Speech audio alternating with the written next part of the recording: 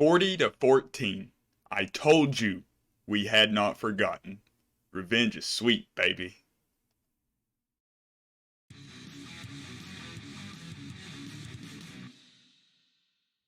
Welcome to the Tennessee Sports Hub. This is Talkin-Two-Tone. In today's video, I'm going to recap the Week 11 matchup between the Tennessee Titans and the Green Bay Packers on Thursday Night Football, and I'm going to review my predictions for the game at the end of the video.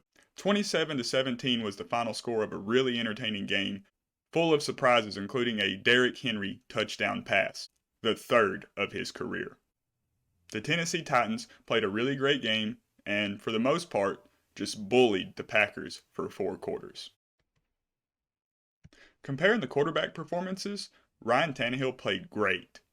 He had 22 completions on 27 attempts, that's an 81.5% completion rate, for a 127.3 QBR on 333 yards and a 15.13 average.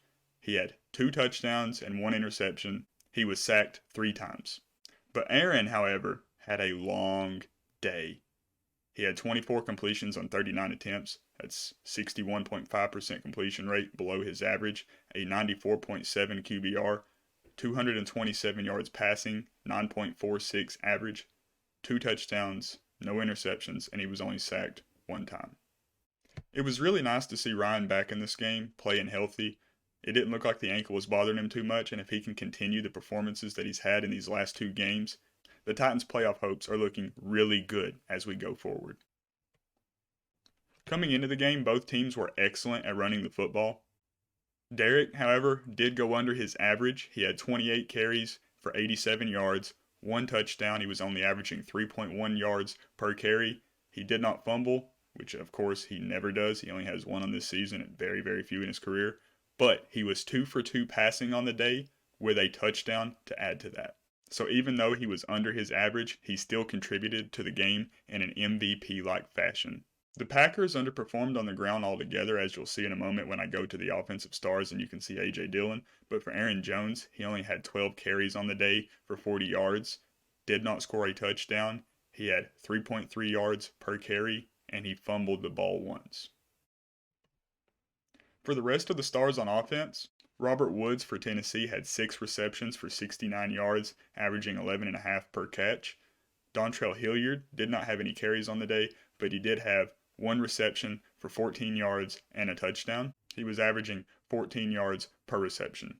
A.J. Dillon underperformed, as I said. He only had 6 carries in this game for 13 yards, averaging 2.2 yards per carry. That is abysmal for what most Packer fans come to expect from A.J. Dillon. There are very few haters, so that's why I say most, but there are a few out there. For wide receiver Christian Watson, he had another great day. He had 4 receptions for 48 yards, 2 touchdowns, averaging 12 yards per catch. Despite their poor performance, Green Bay fans have to be excited looking at Christian Watson going forward. This young athlete looks very, very promising for Packers fans. Wide receiver Treylon Burks finally showed up for the Tennessee Titans in this game. He had 12 receptions for his first ever 100-yard game. He had 111 yards receiving, no touchdowns, but he was averaging 15.9 yards per catch. Tight end Austin Hooper showed up and balled out as well. He had 4 receptions for 36 yards and 2 touchdowns, 1 from Tannehill that was an absolute dart in an extremely tight window. He took a shot. The ref tried to say that, oh, it was incomplete. He didn't maintain possession, or maybe it was even a turnover. But no, he had possession, took the shot through the ground, and then it was stripped away. Touchdown from Tannehill, and then on the jump pass from Derrick Henry, Austin Hooper scored his 2nd touchdown late in the game. He was averaging 9 yards per reception. Wide receiver Allen Lazard showed up in the game. He had 5 receptions, 57 yards, 0 touchdowns, 11.4 yards per reception. Randall Cobb showed up and had a really good day, one of the best that he's had this season. He had 6 receptions for 73 yards, 12.2 average. He did not score a touchdown, but he had a lot of big catches in this game. He was burning us early on. And for the defenses, David Long led the Titans again. He had 9 tackles and 3 tackles for loss. Kevin Byard had a pretty decent game, 6 tackles, really helping out in the run defense. Dylan Cole, another good game for him as well. He has shown up this season and really established and carved out a role for himself in this defense. perhaps a permanent one going forward. We're going to have to find a way to pay David Long in this offseason. And I feel like in the following season, we're going to be paying Dillon as well. Excellent game from Dylan Cole. And the Green Bay Packers linebackers were busy in this game. Quay Walker had 12 tackles, 1 TFL, and half a sack. Chris Barnes had 12 tackles, 1 sack, and a TFL. 2 linebackers combined for 24 tackles in this game. They were busy. Very, very busy. Defensive tackle Jeffrey Simmons had 4 tackles, 1 tackle for loss. He had 1 hit on the quarterback and 1 sack as well, the only sack in the game for the Titans. I had said that we were going to be under 3 in the game. You'll see that in a moment when I recap my predictions, but Jeffrey Simmons got the only sack we had on the day. Defensive back Joshua Kalu stepped up big. He had 7 tackles and 1 deflection in this game. Defensive back Roger McCreary having a really good season. 5 tackles, 1 pass broken up in this game. Defensive back Rasul Douglas had 5 tackles, 1 interception, and 1 TFL. He had the only interception in the game, and it seemed like it could have been a dagger that really turned the tide, shifted the momentum for the Packers, and ran the Titans out of Lambeau Field onto the plane back to Tennessee. And we're not going to talk about what happened when the guys got off the plane. I have no comment on that, but this was a massive interception, and it felt like it was going to be huge for the outcome of the game. Defensive back Adrian Amos stepped up against the run. He had 10 tackles. Defensive tackle Kenny Clark had 3 tackles, no quarterback hits, and no sacks. I had highlighted him in the pregame because he needed to have a monster day, helping establish the line of scrimmage to help slow down Derrick Henry, and he needed to get a lot of pressure on Ryan if they were going to be able to beat us. And he didn't do either of those things in this game. Reviewing my predictions for the game, I had said that the Titans' pass rush was going to struggle without Bud Dupree. They would be under 3 sacks, and that hit. We only had 1 sack in the game. I said that Derrick Henry was going to get back on track. He would be over 110 yards. He would have at least 1 touchdown, and that did not hit because he only had 87 yards in the game, but he did score the touchdown. I said Rashawn Gary would get home and have a sack. Unfortunately, he did not play.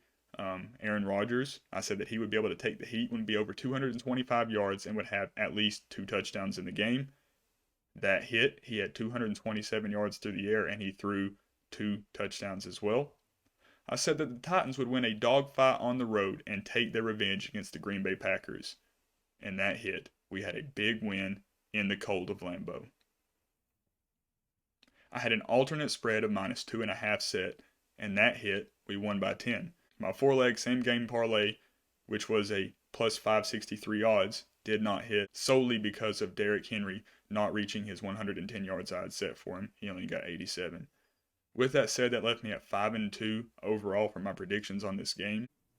And really all that leaves is the question, what happens now?